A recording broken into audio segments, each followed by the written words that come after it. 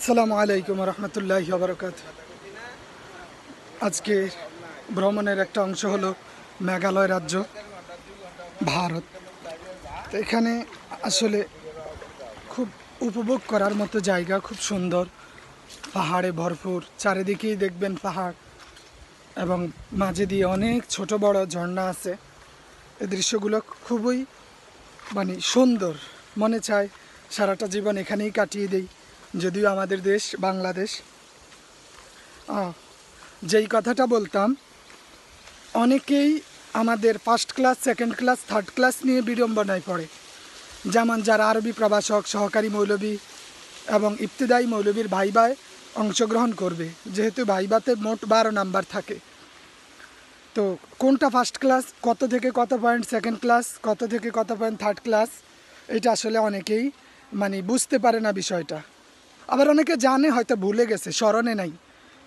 তো সেক্ষেত্রে বলবো 2.81-এর নিচে যদি হয় সেটা থার্ড ক্লাস ধরা হয়। আবারও বলছি, 2.81-2.81-এর নিচে হলে সেটা কি থার্ড ক্লাস। 2.81 থেকে 3.75 পর্যন্ত এটা সেকেন্ড ক্লাস। 2.81 থেকে 3.75 পর্যন্ত সেকেন্ড ক্লাস।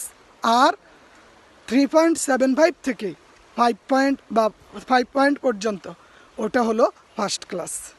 আমাদের 19তম শিক্ষক নিবন্ধনের প্রিলিমিনারি কোর্সে ভর্তি চলছে। যারা ক্লাসে অংশগ্রহণ করতে চান আমাদের সাথে বা আমাদের ইনবক্সে মেসেজ করবেন। পাশাপাশি লিখিত প্রস্তুতিও নেওয়া হবে ইনশাআল্লাহ। আর মেঘালয় প্রদেশে ঘুরে আসার দাওয়াত রইল। পাসপোর্ট লাগবে না এই দিক দিয়ে ঢুকতে। আর এখন একটু বর্ডার খুব গরম আছে নানান কারণে।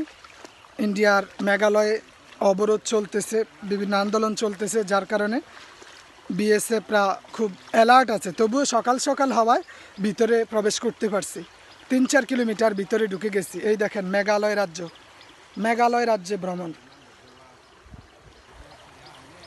এখন এখান থেকে ইনশাআল্লাহ সুনামগঞ্জের দিকে রওনা দিব। টাঙ্গুয়ার হাওড়, শিমুল বাগান সহ তাহিরপুর আরও কিছু দৃশ্য উপভোগ করে সেখান থেকে সুনামগঞ্জ সম্ভবত হয় আজকে থাকবো, না হয় রাতেই হবিগঞ্জে চলে যাব।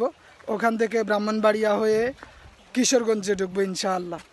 তো ভালো থাকুন, সুস্থ থাকুন। আসসালামু আলাইকুম ওয়া রাহমাতুল্লাহি ওয়া বারাকাতুহু।